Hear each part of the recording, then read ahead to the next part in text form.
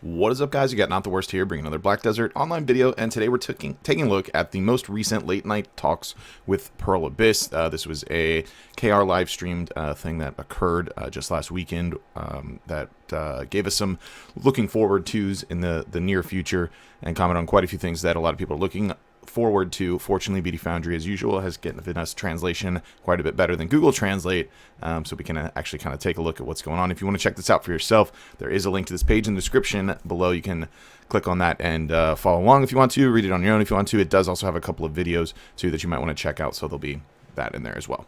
So first up, we have the feedback forums that are going to be implemented. These are going to be official forums, kind of like bulletin boards like they have, to where you can put in different suggestions that you have, leave comments on it. Then if you have a post marked by a GM, it means that they've seen your post, and GMs can show the progress of a suggestion and additional filter functions that are going to be added to the sort the suggestions by the progression of where they're at with it. So kind of a little more visual on where your suggestions are going other than the trash can. So that's pretty good there. And then probably one of the most anticipated things happening right now, the class reboot, that they delve into a bit of what's going on, what to look forward to. We have a couple videos of both Warrior and Ranger that we'll take a glance at here. But let me go ahead and read what they're talking about here. Warrior and Ranger are going to be the first two classes to receive the rework. The character reboot will not just be a simple stat adjustment, and it'll pay attention to the class damage, range, accuracy, etc. Flow skills will be improved and simplified. New skills will be added as needed, or unused skills may be changed. In PvP, one of the focus points for Warrior is to improve the engage and disengage by adding new skills and adjusting the current cooldown times. The main focus for Warrior, though, is PvE. And they mentioned that Warriors use both Awakening and Pre-Awakening, which causes fatigue when grinding. However, if you only use Awakening, it kind of feels lackluster, so the plans are to move cooldowns and AoEs into Awakening. The skill Reckless Blow is then going to have cooldown reduced by 1 second, and the charging part of it's going to be removed to help it flow better. In addition, a new Awakening-only skill is going to be added for Warrior as well. For each class, in both Succession and Awakening, they're going to focus on the character's weaknesses as seen by the players. Rebooted classes will be released on Global Lab in the order of original release. We did know this part already. However, all class reworks will be coming to live servers at the same time after being completed on Global Lab. So you can see the videos that we've got here of some of the animations and things. Of course, you don't have exact specifics of what's doing what, but if you're familiar with these classes, you can at least see what the direction that things are headed and how that's going, and we should be seeing Warrior, if not also Ranger, hitting Global Labs pretty soon. I will say them also giving us a little bit of Ranger into it is kind of nice, because at first thought, if you're talking about revamping 17 classes and all of them are not going to get released until each has been done in the Global Lab, if you assume one class per week, we're talking 17 weeks, likely longer than that, because I would imagine it's a little hard to actually push a new class every single week. So maybe they'll be able to push 2 in some scenarios for it, so that we're maybe not looking to 4, 5, 6 months for this type of rework to happen, especially because it's really highly anticipated. The more you talk about this kind of thing, it makes playing what we have now a little bit more, to use their wording, lackluster when you're waiting for something new to come out. Moving beyond that, then they talk about barrier to entry, a lot of things that new players find frustrating. I think there's a lot of good things in here, and then there's some that I feel a little iffy about, but let's read through them and see what you guys think here. Small changes planned to improve the experience for new players and lower the overall barrier of entry.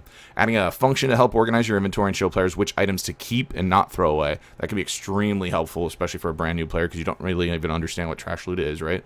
Adding an automatic horse riding function. The idea for this is that you'll use it at the stable, and it'll automatically take you to your destination, similar to sky balloons. I'd have to see how that's implemented. I'm not actually following what the difference between that and auto sprint is. Is it like, I don't know, you're on like a screen where you're just like sitting there on the horse and non-interactive with other stuff going on? I don't know, I'm a little confused on that one. Adding the ability to get an additional pet from the Serendia questline, bringing a total of 5 free pets after completing the Medea questline. Absolutely excellent. Adding more variation in life skill equipment. For example, you can fish with basic functions without needing a fishing rod, or you can butcher animals without a butcher knife. Another example is that you can go to the water and you might find a fishing rod. The downside to this is that you may not get as many high quality fish, etc. We'll have to see implementation on that. Enhancing tutorials is absolutely excellent. Ask any new player how they feel about enhancing, and they're like, yeah, I have no idea how it works. Obviously, having percentages on your fail stacks nowadays, like we didn't have in the early days, helps a bit, but you still don't really understand, what are fail stacks, how am I supposed to build this and that. So having tutorials for this, especially if it goes pretty in depth to like through getting pen or trying to go for pen, this could be really, really helpful for new players for sure. Improved UI that shows you which grinding areas are recommended for your current gear score. This is excellent, because I was going to do an updated video for this for 2021, and now I'm not going to, because 1, I don't want to, and 2, they're going to put it in the game anyway, so I'll take it. Improved silver profit and XP gain in Valencia areas. allowing players to graduate early so they can make progress quicker and gain the rewards quicker. That's just kind of a should be anyways, in my opinion. I don't actually get why you can't early graduate right from the start or within a week or two. Probably should have just made it that way from the get-go, but at least we're heading that way now. Improve the overall enhancement rate of Tuvala in the next season and allow players to change all Tuvala gear to boss equipment once per family. Perlibis found that a lot of players struggled moving from Tet to Pen equipment. Yeah, no kidding. They're looking for another way to enhance or add 100% force enhancement, but they do not want to use the Caphras method. The idea is to add this as a reward in the season pass or graduation rewards. So I'm not entirely following. Are we talking like, so all Tuvala gear is going to become boss equipment, and then as a potential season reward, you can make a Tet to Pen item for sure? Or are they referencing Tuvala here and add a 100% force enhancement from Tuvala Tet to Pen? If we're talking Tuvala here, like that's, yeah, go for it. Okay, that's fine. If we're talking, we're actually going to be giving out pen items. I don't know. I have to think that's not what their intention here is with how this is worded, because that's not great. But anyways, 50% potion weight patch seems to not be enough, and therefore the infinite potions will no longer be seen as a treasure, and players can create a smaller or weaker version of the potion using only one piece, as well as a pity system that's going to be added so you can collect pieces to exchange, like the Orzeka costume where you get the leaves. For players who already have the potions, we're preparing a special title and have plans to make the potions still feel special, such as an ancient item. So these are now going to be, to an extent, created so that you can essentially get, if you think of like Tauros, your Flames of Despair to try and get your Fallen God item, you're also getting these Embers items, and then once you get enough Embers, 100, you can exchange it for the Flames of Despair and you're good to go. Think that it's that same line of thinking for your infinite potion pieces as well. So we don't know what the number of that is.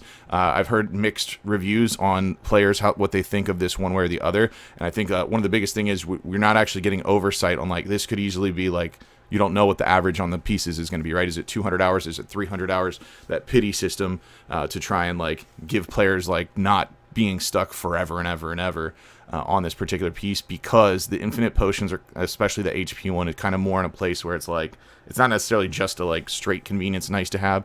It's viewed that way until you actually get one, and then you're like, no, this is actually way better. Turning that fairy on with Miraculous Tier 5 and just being like always on, and you never have to think about it again. It's not really just a convenience thing anymore at that point. It's quite a bit of a leg up, especially if you're looking at like trying to grind specific zones that you can't in PvE just yet because your DP is a little bit lower. You can actually get away with things a lot lower when you have that infinite potion. Obviously, trying to manage 400 or 500 potions because you want to try and always use is pretty cumbersome. So I can definitely see this happening. As far as the other side of that, the smaller, weaker versions of it, the idea here of what's going to occur is if you have one potion piece, you could potentially exchange that for, let's say like a lesser mana potion or a medium mana potion instead of the full strength of the regular one for it. So you could swap that out and have it, and then it doesn't say this here, but I would imagine you upgrade that from there. So once you get two pieces, I would imagine there's some sort of upgrade to take that medium, and now you have two pieces, so maybe you make a large MP potion, or it's the same amount of MP but it has like a longer cooldown, something to that effect for it. Again, I think that's fine. I'm not sure if that was as needed as pity system that's coming into it, but yeah, definitely fine with that.